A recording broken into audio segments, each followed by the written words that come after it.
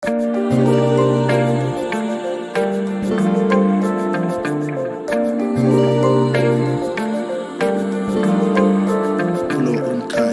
of the criticisms to this economic policy, import substitution, I think it's what it's called, may be the idea that why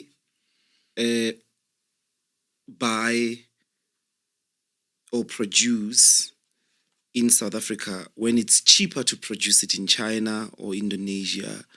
How do you deal with that criticism? So it's a big answer that liberals give to the import substitution-based macroeconomic planning.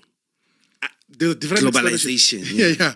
Well, there's a different explanation to that. I think it's dealt with by the Cambridge now SOAS economist called Ha-Joon Chen. They say that the liberal world, mostly the West, when they've developed their economies and they are up there, they then kick away the ladder that took them up. They say to you that it's not possible to do this thing, right?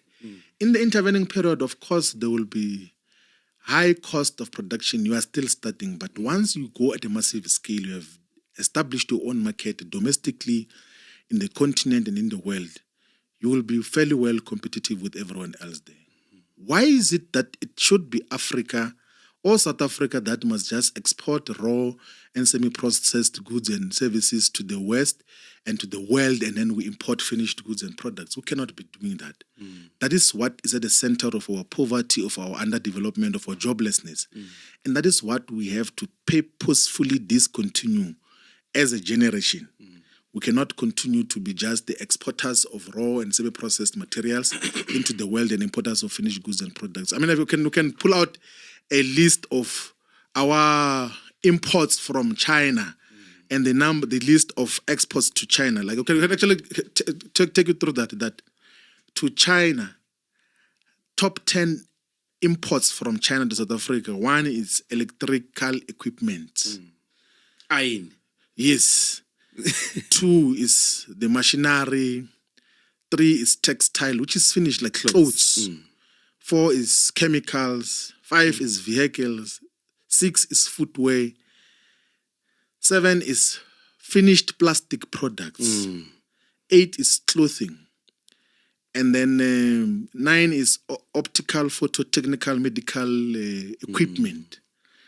And then the last one is iron and steel, like which is now like processed in the manner that it is. But our exports to China, number 1 is iron ore and ash.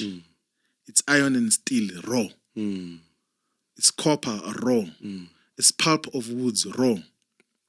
It's fruits which are not processed, like majority of the times, like the fruits which come from the farms, whether it's the grapes from the Western Cape and the citrus from a part of Limpopo and other areas.